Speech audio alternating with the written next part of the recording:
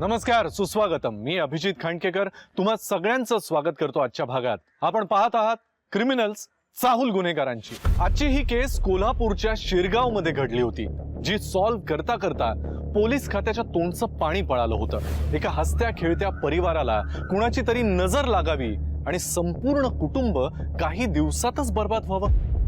अत्यंत थंड डोक्यानं आखल्या गेलेल्या या षडयंत्रानं एक कुटुंब तर बर्बाद झालंच, पण बर्बाद झाला हे षडयंत्र आखणारा सुद्धा. कौटुंबिक कलह चव्हाट्यावर आल्यावर नेमकं काय घडतं, चला पाहूया.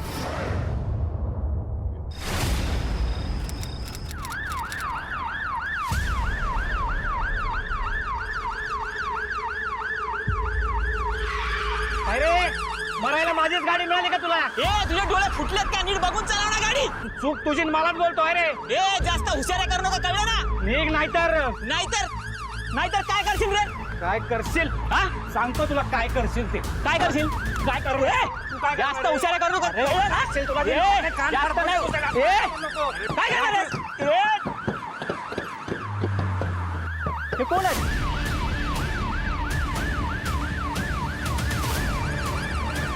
ह्या मुली कोण आहेत? अरे गुड्डू, अरे चोट, चल लवकर. किडनॅप वगैरे करतो काय? थांब, पोलिसांना फोन कर.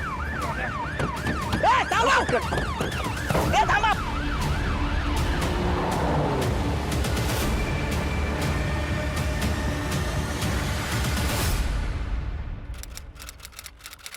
याची सगळ्यांची डिटेल्स काढा. सर एक फोन आला होता. हायवे जवळ एका माणसाने ॲम्ब्युलन्स मधून काही मुलींना बांधून गेल्याची तक्रार केली.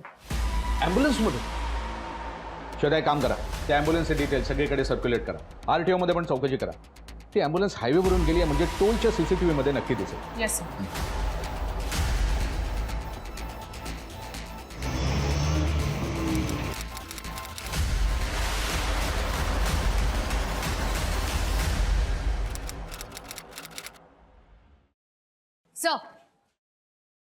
सर मी ॲम्ब्युलन्सचा नंबर RTO मध्ये पाठवला होता. त्यांच्याकडून समजलं की ती ॲम्ब्युलन्स सिटी हॉस्पिटलची आणि ते हॉस्पिटल इथेच देगावमध्ये.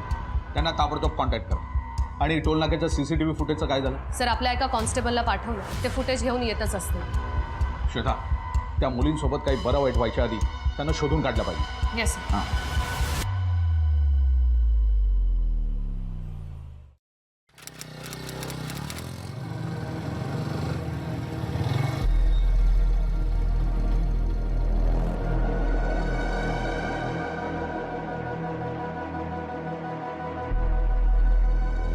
अहो साहेब, काय झाले? असं काय बघताय गाडीमध्ये आपण? ॲम्ब्युलन्स कोणाची आहे? आपलीच आहे. काही झालंय का? बोला की. मी खरं सांगतो, मी काहीच नाही केलो. मला काहीच माहित नाही. कुठून उचलला त्या मुलींना? अजून कोण कोण सामील आहे यात? बोल लवकर, चल. अहो साहेब, मी खरं सांगतो, मला काही माहित नाही. मी आता रातच्याला गाडी चालवलीच नाही. सांच्याला फक्त 5 पर्यंतच गाडी चालवली. रात्री गाडी कोण चालवत होतं? तुझा बाप. टोलच्या CCTV मध्ये तुझी गाडी आली आहे. हे बघ, जे काही आहे ते शिस्तीत सांगण्यात. मारू नका.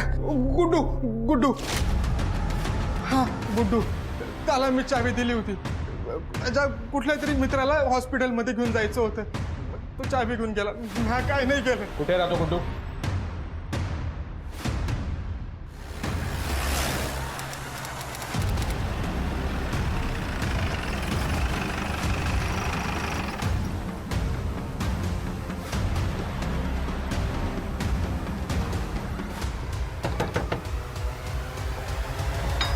गुड्डू,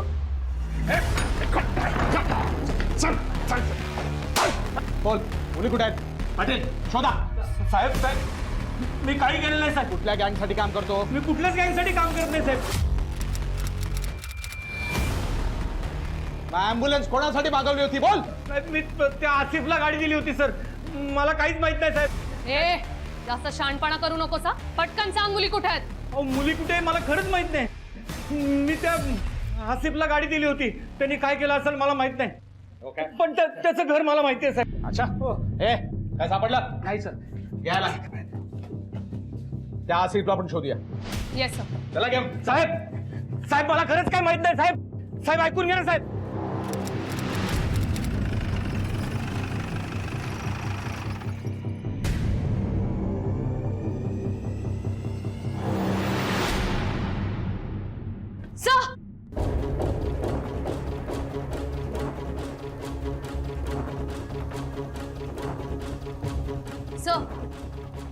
दोघी जिवंत आहेत. ताबडतोब हॉस्पिटलमध्ये पाठवायची व्यवस्था करा. Yes sir.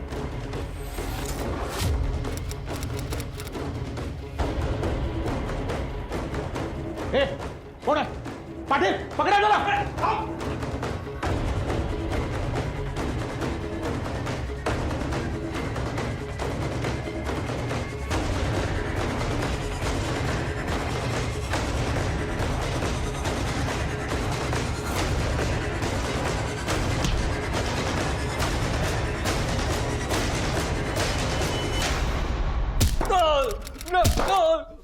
सांगतो चुकलं मारू नका चुकलं सांग. चल बोल, कोण आहे त्या मुली? बोल नाही तर. सर नवीन माल होती सर. नवीन माल? नवीन माल? हा कुठून उचलला त्यांना? साहेब आजच त्यांची डिलिव्हरी द्यायची होती, त्यासाठीच अमनभाईने ॲम्ब्युलन्स मागून घेतली. ते चेकपोस्टवर ॲम्ब्युलन्स थांबत नाही ना जास्त म्हणून. पण सगळा गो त्या गुड्डूमुळे झाला. अमन कोण आहे? पोरींचं सप्लायर आहे सर. कुठून उचलला त्यांना? ते मला माहिती नाही, पण त्यापैकी एक होती जिला फक्त 1 वर्षासाठी धंद्यावर बसवायचं होतं. त्याच्यानंतर 1 वर्षानंतर त्याला ती परत हवी होती. 1 वर्षासाठी का? मला नाही माहिती साहेब. केदा सर. याच्याकडून अमनचे सगळे डिटेल्स घ्या आणि लवकरात लवकर शोधून काढा त्याला. Yes sir.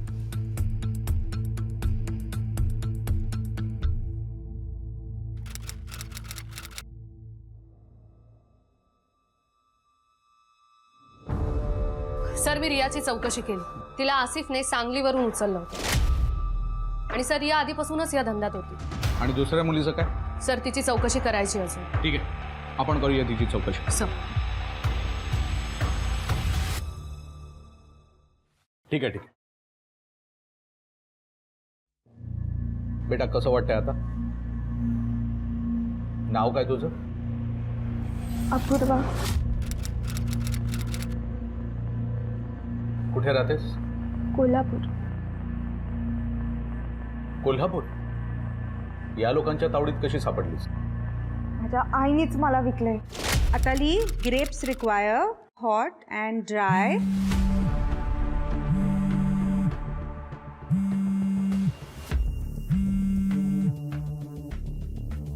Climate and well-drained soil.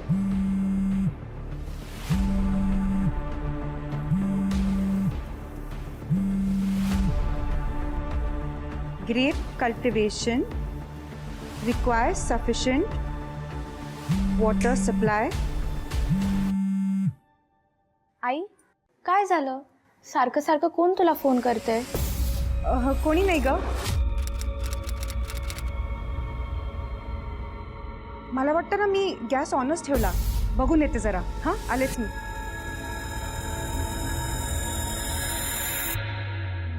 अरे आत्ता काय फोन केलास? घरात सगळे आहेत. पूर्व अभ्यास करते. आई कुणाशी बोलतीये तू एवढं फोनवर? अगं तो स्पीकर खराब झालेला ना, त्याच्यावरती पाणी पडलं. आता नीट झाला. तू फटाफट अभ्यास संपव, मी तुला जेवायला वाटते. हां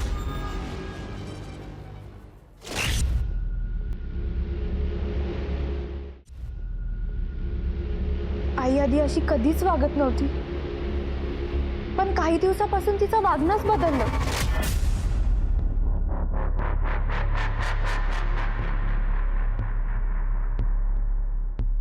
आई सहसा घराची बाहेर पडत नाही दुपारची.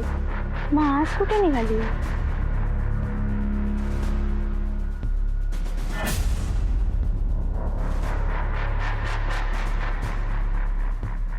आईचं वागणं तर बदललंच होतं, पण ती आता तर खोटं बोलून पण घराच्या बाहेर पडायची. ती अचानक अशी का वागत होती मला कळतच नव्हतं. पप्पा तुम्हाला लक्षात आहे मागच्या वेळेशी आपण किती मज्जा केलेली रंकाळ्याला? आणि मी तर पडता पडता वाचले. हो ना. भाऊजी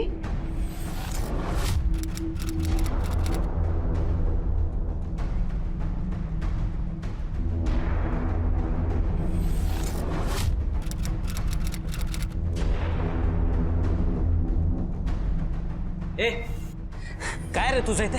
हा कशाला आलास? मला तुझं तोंड पण बघायचं नाहीये. चल निघ. ए मला काय तो तोंड बघायची हौस नाहीये, कळलं काय? मला माझा हक्क हवा आहे. हिस्सा? कसला हिस्सा रे? काय केलंस तू आई बाबांसाठी? काय केलंस का? लागला हिस्सा मागायला. मग डोक्यात जाऊ नको आता. एक पाय तुटलाय दुसराही तोडीन मी. हो भाऊजी काय बोलताय तुम्ही? मोठे भाऊ आहेत तुमचे हे. हे बघ, हा असं ऐकणार नाहीये. तोड माझा पाय तोडतोस काय? दादा हात लावू नका, लक्षात दादा आपण जाऊया इकडनं. बघ मी तुला नीट सांगतो, आपण नीट ऐक. काय? नाहीतर कायमचा बसवीन मी तुला इथे. जा रे, जा. दादा माझ्या जमिनीचा हिस्सा आहे. दादा चल. दादा तुला दाखवतो मी काय आता. देत नाही तू ना. मला हिस्सा दे नाहीतर बघ. शांत व्हा बाबा. मला तर मी लावून टाकतो. मला तर. अहो का उगाच पैराचा कावळा करताय? म्हणजे तू काय बोलतेस मला काही कळत नाहीये. नीट बोल जरा. अहो का तुम्ही तुमच्याच भावांना समजून नाही घेते? हे बघ, तो संतोष आहे ना, एक नंबरचा नालायक माणूस आहे. आणि मला अजिबात त्याच्या मनासारखं काहीच करायचं नाहीये. मान्य आहे, आई बाबांना आपणच सांभाळलं, पण संतोष भाऊजी पण आपलेच आहेत ना. तुम्ही मोठे आहात, जरा समजून घ्या ना. हे बघ, तो एक नंबरचा नालायक आहे आणि मला त्याच्यावरून आपल्यामध्ये वाद नकोय. बघ, तू या सगळ्यामध्ये पडू नकोस. मी बघतो काय करायचं ते.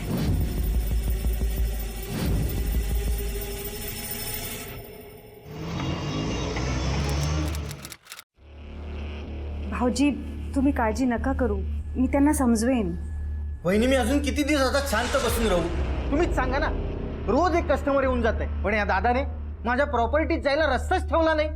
मी म्हणलं जमीन विकून काहीतरी धंदा पाणी चालू करावा, तर कसलं काय हा माझ्या सुकांवर बसलाय ना, नागासारखा फणा काढून. दादा वहिनी मदत करते ना, मग उगाच ए, तू कशा. गप रे. ती मदत करते तर काय उपकार करते माझ्यावर? हे बघा वहिनी, ती माझ्या हक्काची जागा आहे आणि हे तुम्हालाही चांगलं माहिती आहे. हक्काची मिळण्याची कारण आहे ना. ते शक्य आहे तुम्हाला? अहो दादा, आता जीव गेला ना तरी मला तो ती जमीन नाही मिळू द्यायचा. तुम्हाला जमीन मिळण्याशी मतलब आहे ना. मी काही पण करीन, पण तुम्हाला ती जमीन मिळवून देईन. माझ्यावर विश्वास ठेवा.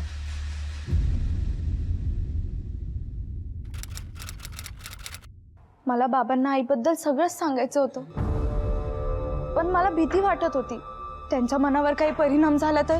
पण मला असं वाटलं की त्यांना बाहेरून कळालं असतं तर कदाचित जास्त दुःख झालं असतं, म्हणून मी त्यांना सांगायचं ठरवलं. बाबा बाबा मला काहीतरी सांगायचंय तुम्हाला. ये ना बेटा, बस. काय बोलायचंय? बाबा बाबा मला वाटतंय की आई आईचं काय? बाबा मला वाटतंय की आईचं काहीतरी बाहेर सुरू आहे. ती तुम्हाला फसवतीये. अगं वेडी झाली आहेस का तू? हा, ऋतुजा मला कशाला फसवेल?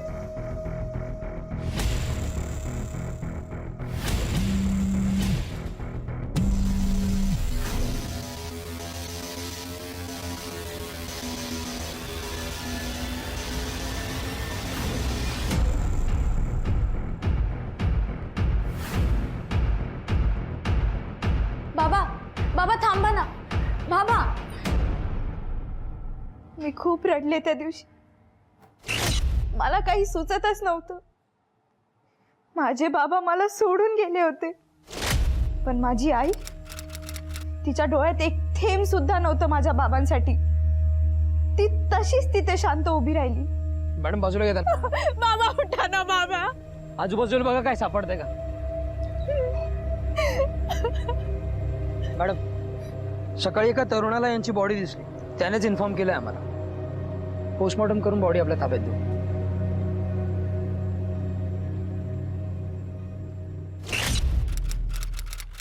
जर त्या दिवशी मी बाबांना सगळं खरं खरं नसतं सांगितलं ना, तर आज ते माझ्या सोबत असते. हे बघ बेटा, तू स्वतःला दोष देऊ नकोस. यात तुझी काहीच चूक नव्हती. हो बरोबर आहे तुमचं. यात माझी नाही तर माझ्या आईची चूक होती. म्हणजे नक्की काय म्हणायचंय तुला? ज्या दिवशी मी माझ्या बाबांना माझ्या आईच्या बद्दल सांगितलं, त्याच्या दुसऱ्याच दिवशी आई, संतोष काका आणि संजय काका त्यांनी माझ्या बाबांना मारले आणि अडचण नको म्हणून मलाही विकून टाकलं. पण बाळा, तू तुझ्या आईबद्दल इतकं ठामपणे कसं म्हणू शकतेस? तुम्ही त्या बाईला ओळखत नाही. ती काय आहे, कशी आहे ते मलाच फक्त माहिती आहे. तिने फक्त एकाच कारणासाठी माझ्या बाबाशी लग्न केले, आहेत ग बँकेत कामाला. नाही म्हणजे सगळं ठीकठाक सुरू आहे. मुंबईत आमचं मोठं घर आहे. हा पण अगदी तुझ्यासारखं नाही पण आहे. आणि तुझ्यासारखं मी श्रीमंत घरात पडले नाही म्हणून काय झालं. माझा नवरा चिकना आहे आणि त्यावर समाधान. किती मस्करी करशील ग. पण काय ग, एक बाई म्हणून विचारते, राग वाटून घेऊ नकोस. ऋतुषा, म्हणजे तू खुश आहेस ना? आहे. काही गोष्टी कमी आहेत, काही गोष्टी जास्त. चालायचं. अगं घे ना. हो. कधी कधी वाटायचं आईनी फक्त बाबांसोबत पैशासाठीच लग्न केले. ती त्यांच्यासोबत जास्त खुशच नव्हती. मी करतो तुम्हाला कॉल. थांबा. काय झालं साहेब, तुम्ही इथे? जमिनीच्या वादामुळे तू सुधीर पाटलाचा खून केलास असं आम्हाला समजलंय. साहेब, अहो साहेब, मी कशाला असं अहो मी काही नाही केलं. अहो तुम्ही मला, अहो मी काहीच नाही केलं. अहो सर, एकीकडे काकांना पोलिसांनी अटक केली होती आणि दुसरीकडे बाबांच्या विलमुळे सगळी प्रॉपर्टी माझ्या नावावर झाली होती. तुमच्याच मदतीमुळे संतोष भाऊजींना अटक झाली. तुमचे खूप खूप आभार. अहो हात काय जोडताय, माझं कामच आहे. अजून एक गोष्ट, मला माहिती आहे सुधीर भाऊंना जाऊन काही दिवसच झाले, पण आपण एकदा त्यांचं मृत्यूपत्र वाचून घेतलं असतं तर बरं झालं असतं.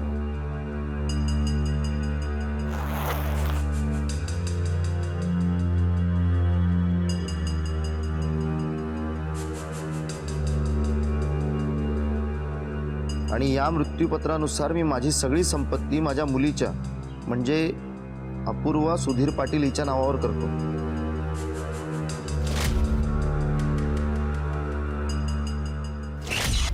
या गोष्टींमुळे तुझ्या आईच्या वागण्या बोलण्यात काही फरक पडला होता? हो, तिचं माझ्याशी बोलणं कमी झालं होतं. ती सतत एकटी राहायची. हे होत असताना संतोष काका पोलीस कोठडीतून सुटून आले होते आणि ते सुटून आल्यावर त्यांनी आमच्या विरोधात सूट घेण्याचा प्रयत्न केला. म्हणजे नक्की काय केलं त्यांनी? तो रोज घरी येऊन तमाशा करायचा आणि त्याची माणसं तर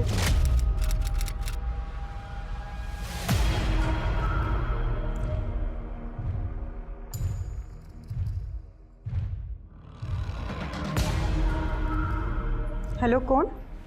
मुलीला घरातच ठेव, नाही तर काही होऊ शकतं तिच्यासोबत. हॅलो, कोण बोलताय? कोण बोलताय? हे बघ, दादा तर गेलाय आता. तुम्ही जर का जास्त शहाणपणा केलात ना तर. पण तुम्ही आमच्याशी असे का वागताय? मला लाजबीज आहे का? अपूर्वा तुमच्या मुलीसारखी आहे. मी इथे तुझी बडबड ऐकायला नाही आलोय. मला माझा हक्क हवाय, नाहीतर मी तुम्हा दोघींना ना एका रात्रीत गायब करीन. तुम्ही जर आमच्या घराजवळ देखील दिसलात ना तर पोलिसात कंप्लेंट करेल मी. तुम्हाला हक्कच हवा आहे ना, मग कोर्टात जा ना. मी माझा हक्क मागतोय, तुमच्याकडे भीक मागत नाहीये, कळलं काय? तो जर का नाही मिळाला ना तर मी तुमच्या दोघींना बघून घेईन.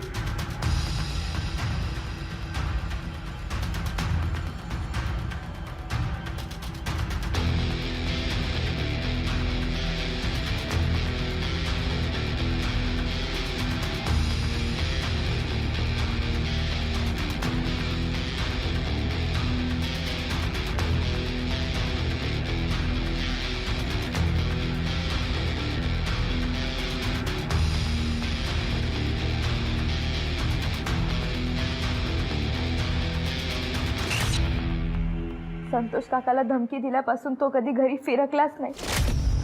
पण माझी आई, तिचं वागणं तर दिवसांदिवस बदलत होतं. कधी दिवसभर कुणाची फोनवर बोलायची, तर कधी घराच्या बाहेर पडायची कुणाला तरी भेटायला. तिच्या वागण्यावरून मला असं वाटायला लागलं की तिचं कधी प्रेमच नव्हतं बाबांवर. आई, हे काय चाललंय तुझं? मी काय एवढी छोटी नाही राहिली की मला काही समजत नाहीये. बाळा काय बोलते? आई, मला सगळं माहितीये. तू कुणाला तरी भेटायला जाते ना बाहेर. मला तर असं वाटतंय की तूच बाबांना काहीतरी केलंय. अपूर्वा!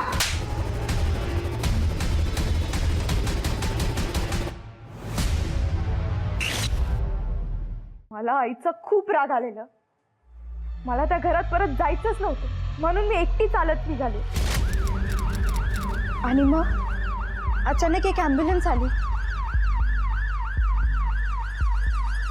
बाळा एक मिनिट प्लीज. बाळा हा ॲड्रेस सांगते.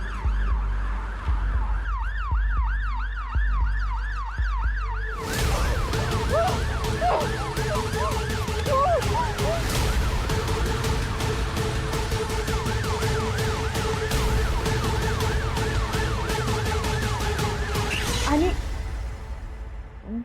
जेव्हा मी शुद्धीवर आले तेव्हा मी इकडे या हॉस्पिटलमध्ये होते.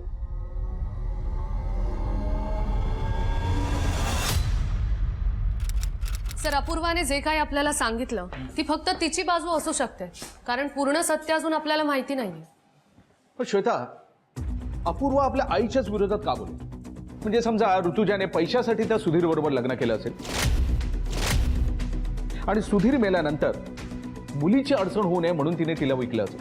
पण जर अडचण होत असेल तर मग एका वर्षासाठीच का विकेल? याचं उत्तर आपल्याला तो अमन देऊ शकतो. त्याची काय खबर? नाही सर, अजून तरी काही समजलं नाहीये, पण शोध सुरू आहे, लवकरच काहीतरी कळेल. श्वेता, मला वाटतं आपल्याला त्या ऋतुजाला भेटायला हवं. या कोड्याचं उत्तर ती दे. एक काम करा, कोल्हापूरला जायची तयारी करा. हो सर.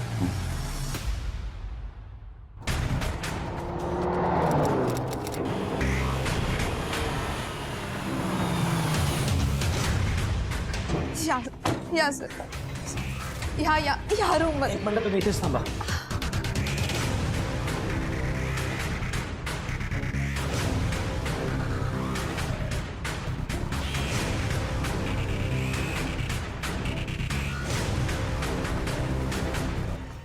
डोक्यावर वार झाला.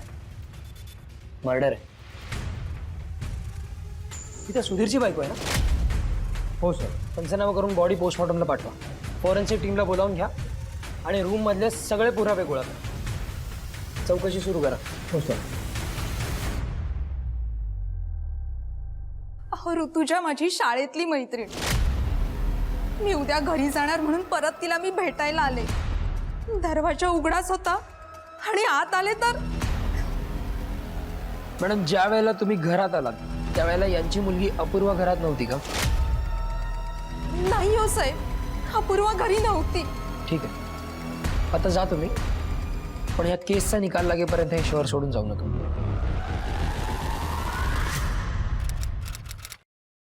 सर, एका अज्ञात व्यक्तीचा ठसा घराच्या दरवाजावर मिळालाय.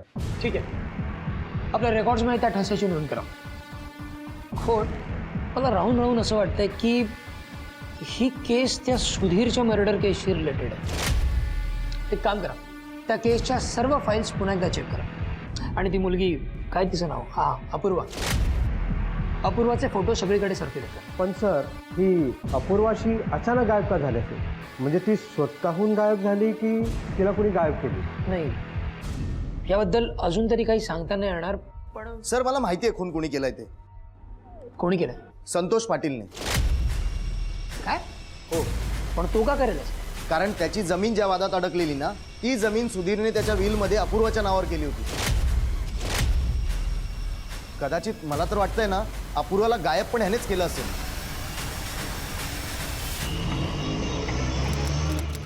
मी कशाला मारीन तिला साहेब? तुम्ही जरा काही झालं की मलाच धरायला येतं. काल रात्री कुठे होतास तू? घरीच होतो. केसचा निकाल लागेपर्यंत शहर सोडायचं नाही. हो, हां, याच्यावर नजर ठेवा. याचे सगळे कॉल डिटेल्स काढ, म्हणजे किती खरं बोलतोय ते कळेल आपल्याला. हो साहेब, या संतोषचा एक छोटा भाऊ पण आहे, संजय. उचला त्याला आणि ऋतुजाचे कॉल डिटेल्स काढ. हो साहेब.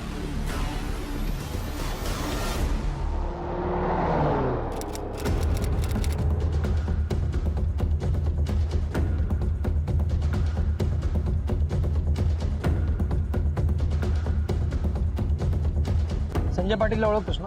हो साहेब. कुठे आहे तो? माहित नाही साहेब, 2-3 दिवसापासून दिसला नाही आणि त्याचं घर पण बंद आहे. ठीक आहे.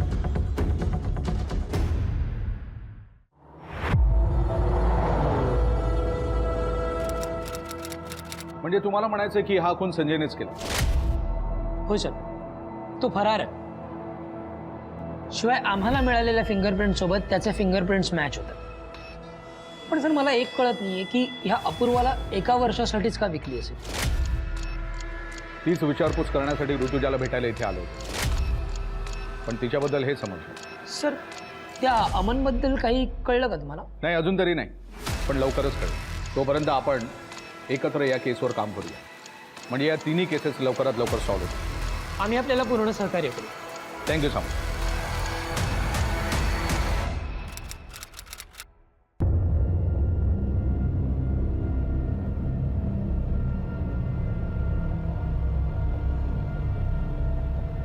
सर बरं झालं ही बाई गेली.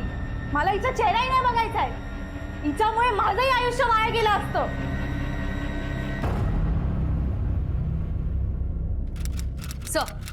सर आता शिंदेंशी बोलणं झालंय. त्यांना एका खबराकडून माहिती मिळाली की हा अमन मुलींची तस्करी करायचा. कोल्हापूर, सातारा, सांगली, पुणे, इनफॅक्ट मुंबईपर्यंत त्याचा बिझनेस पसरलाय सर. आणि त्याच्यावर खूप साऱ्या केसेस सुद्धा आहेत. सर मला तरी वाटतं या अमननेच ऋतुजाचा खून करून अपूर्वाला उचलला असेल सर. नाही श्वेता, अमनचा धंदा होता मुली विकत घेणं आणि त्यांचा सप्लाय करणं. तो ऋतुजाचा खून का करेल? मला वाटतं अपूर्वाला विकत घेऊन ऋतुजाचा खून करणारा व्यक्ती हा एकच कोणीतरी आहे. आणि पैशासाठी तो कुठल्याही थराला जाऊ शकतो.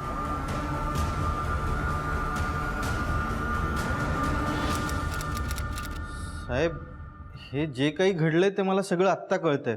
आणि मॅडम, मी तर अपूर्वाला माझ्या मुलीसारखी मानतो. तुझं हे नाटक बंद करा.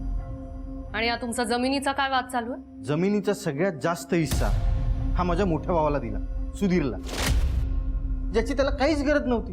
तो पैशांनी सगळा श्रीमंत होता आणि आमच्या वाट्याला काय आलं? कवडी मोल जमीन. तरी तो अडून बसला. मॅडम, कधी कधी तर वाटायचं त्याचा जीव घ्यावा. पण काय? वहिनीचा चेहरा समोर यायचा. तिला वाटायचं की आमच्यात आपुलकी निर्माण व्हावी, आम्ही परत सगळे एकत्र यावे. पण हा आमचा दादा कधी कोणाचा ऐकेल तर खरा ना. हा अडूनच बसलेला. आणि त्यात तो आमचा संजा वहिनीवर लाईन मारायचा. काय? तो वहिनीवर प्रेम करत होता. ऋतुजा मर्डर केसमध्ये पोलिसांच्या हाती जे काही पुरावे लागले ते संजयला आरोपी सिद्ध करत होते. पोलिसांनी जेव्हा संजयचं मोबाईल लोकेशन चेक केलं तेव्हा त्यांच्या लक्षात आलं की 11 तारखेला रात्री 8 ते 9च्या मध्ये संजय हा सुधीरच्या घराजवळ होता. एवढा पुरावा पुरेसा होता आणि पोलीस खात्यानं संजयला शोधायची मोहीम जोमानं सुरू केली.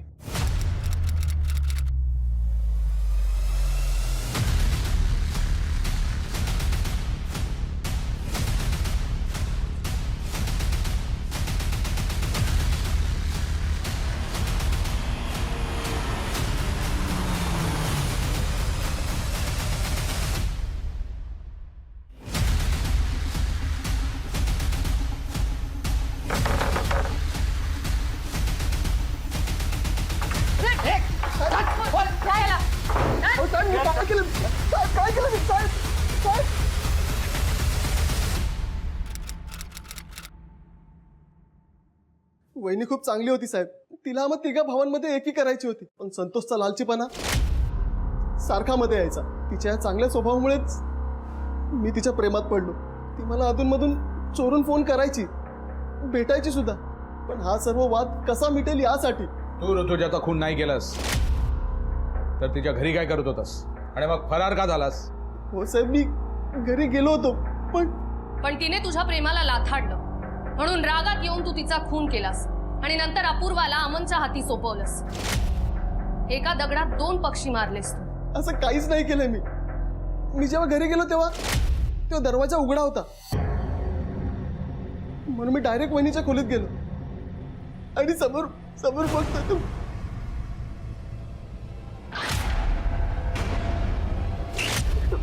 वहिनीची डेड बॉडी बघून मी खूप घाबरलो साहेब. या सगळ्याचा आळ माझ्यावर येईल म्हणून मी तिकडनं फरार झालो. सर, संजय खरं बोलत असेल तर मग हा खून कुणी आणि का केला असेल? पुढची लीड मिळेपर्यंत काहीच सांगू शकत नाही. बरं श्वेता, त्या ऋतुजाच्या कॉल डिटेल्सचं काय झालं? सर मागवले. मॅडम, हे ऋतुजाचे call record. Thank you sir. Lead मिळाली. हे बघ. पण ऋतुजा याच्याबरोबर इतकं काय बोलत असेल? हो सर, ऋतुजा मॅडमशी माझं वरचेवर बोलणं व्हायचं. कशा संदर्भात? सुधीर साहेबांची विल, त्यांच्या जमिनीचे व्यवहार सगळं मीच बघायचो. सो या संदर्भात ऋतुजा मॅडमशी वरचेवर बोलणं भेटणं होत असायचं माझं. 11 जानेवारीच्या रात्री कुठं होतात तुम्ही? मी इथेच होतो सर.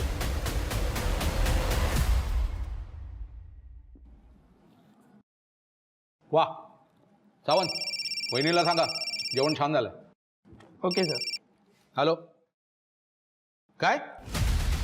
त्याला इथे कोल्हापूरमध्ये घेऊन या, आम्ही इथेच आहोत. ओके. काय झालं सर? अमन पकडला गेला बेळगाव बॉर्डर जवळ. त्याला कोल्हापूरमध्ये आणायला सांगितलं.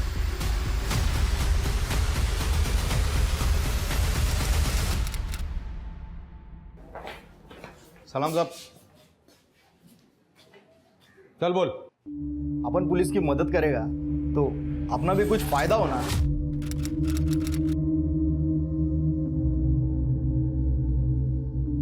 फायदा?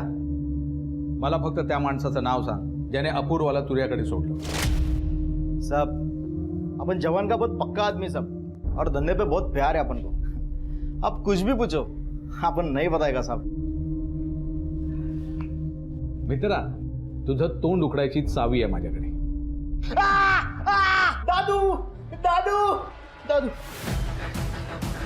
दादू साहब, दादू वो लड़की को मेरे पास लेके आया था साहब. अपन उसको 2.5 लाख रुपए दिया. उसके ऊपर अपन को कुछ मालूम नहीं साहब. तुम्ही ओळखता? हो सर, दाद्याबाई म्हणतात त्याला. सुपारी घेऊन मर्डर करतो, पण त्याचा या केसशी काय संबंध? आता तोच आपल्याला सांगू शकेल की ऋतुजाचा खून कोणी केला. ठीक आहे सर, शोधून काढतो त्या दाद्या भाईला.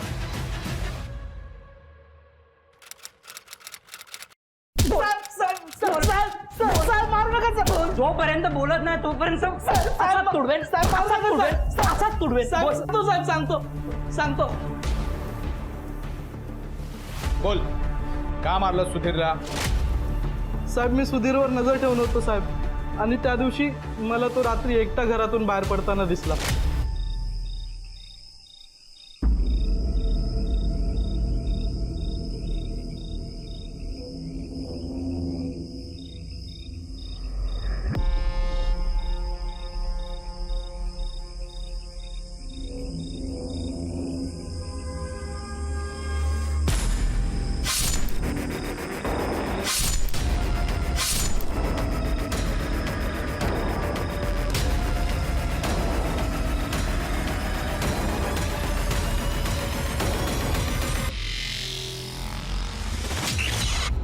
त्याला मारलास का? बोल. साहेब, मला सुपारी दिली होती साहेब. कोणी दिली सुपारी? बऱ्या बोलाने कबूल कर. खूप फिरवलंस आम्हाला. सांग, सुधीरची सुपारी का दिलीस? बोल. सुधीर फार भोळा होता तो. हो, ज्या माणसाला त्याच्या जमिनीची किंमत माहीत नाही त्याला काय उपयोग अशा जमिनीचा? किती भारी भारी भाव मिळत होते माहितीये, तरी तो तयार झाला नाही कधीच विकायला. या सगळ्यातच 1-2दा माझी ऋतुजाशी भेट झाली होती आणि त्या संतोषला पैसा दिसू लागला. त्या 2 भावांच्या भांडणामध्ये जमिनीचा व्यवहार होत नव्हता. म्हणून मग मी दुसरा मार्ग वापरला. मी दादूला भेटलो आणि त्याला सुपारी दिली सुधीरची.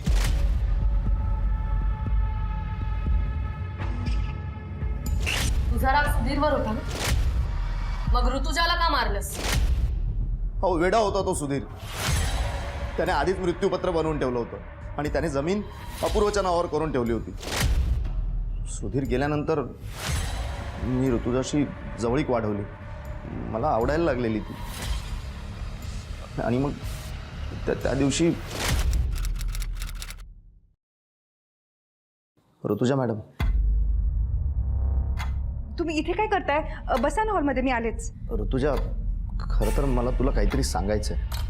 हां, मी येते ना हॉलमध्ये थोड्या वेळात. ऋतुजा, मला माहिती आहे तुलाही मी आवडतो. हे बघ, आपण दोघं लग्न करूया. हो, पण मला तुम्ही नाही आवडत. तुमचा काहीतरी गैरसमज होतोय. नाही, गैरसमज नाही. मला माहिती आहे तुलाही मी आवडतो. हे बघ, मला लग्न करायचं तुझ्याशी. काय करताय तुम्ही? नीच! तुझी हिंमत कशी झाली मला हात लावायची? ह्याच्या पुढे मला तुझं तोंडही नाही बघायचे.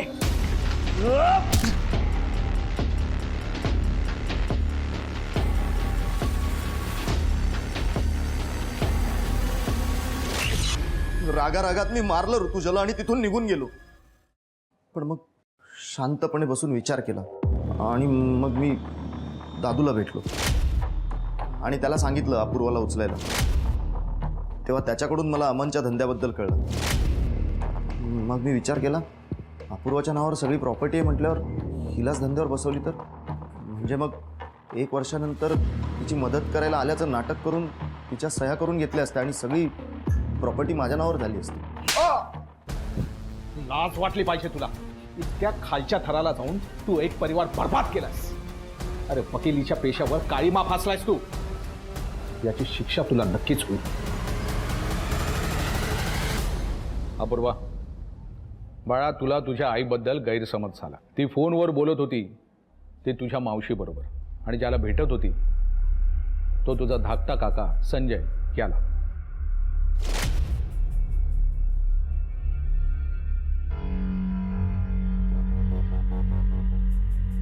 आणि तेही तुमच्या फॅमिलीमधलं भांडण मिटावं म्हणून.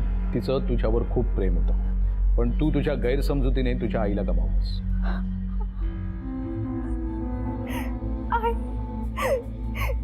आई मला माफ कर आई.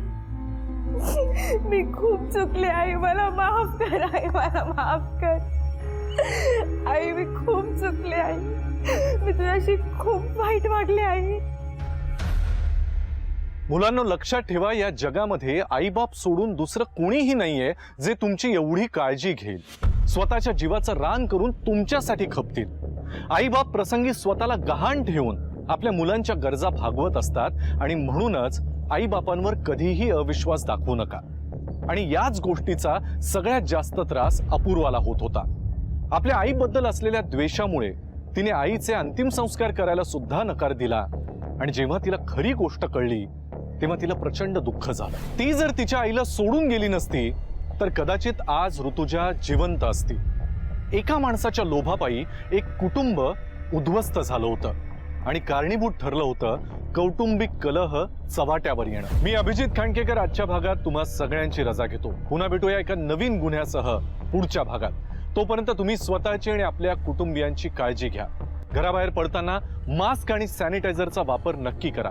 पाहत रहा क्रिमिनल्स, चाहूल गुन्हेगारांची. जय हिंद, जय महाराष्ट्र.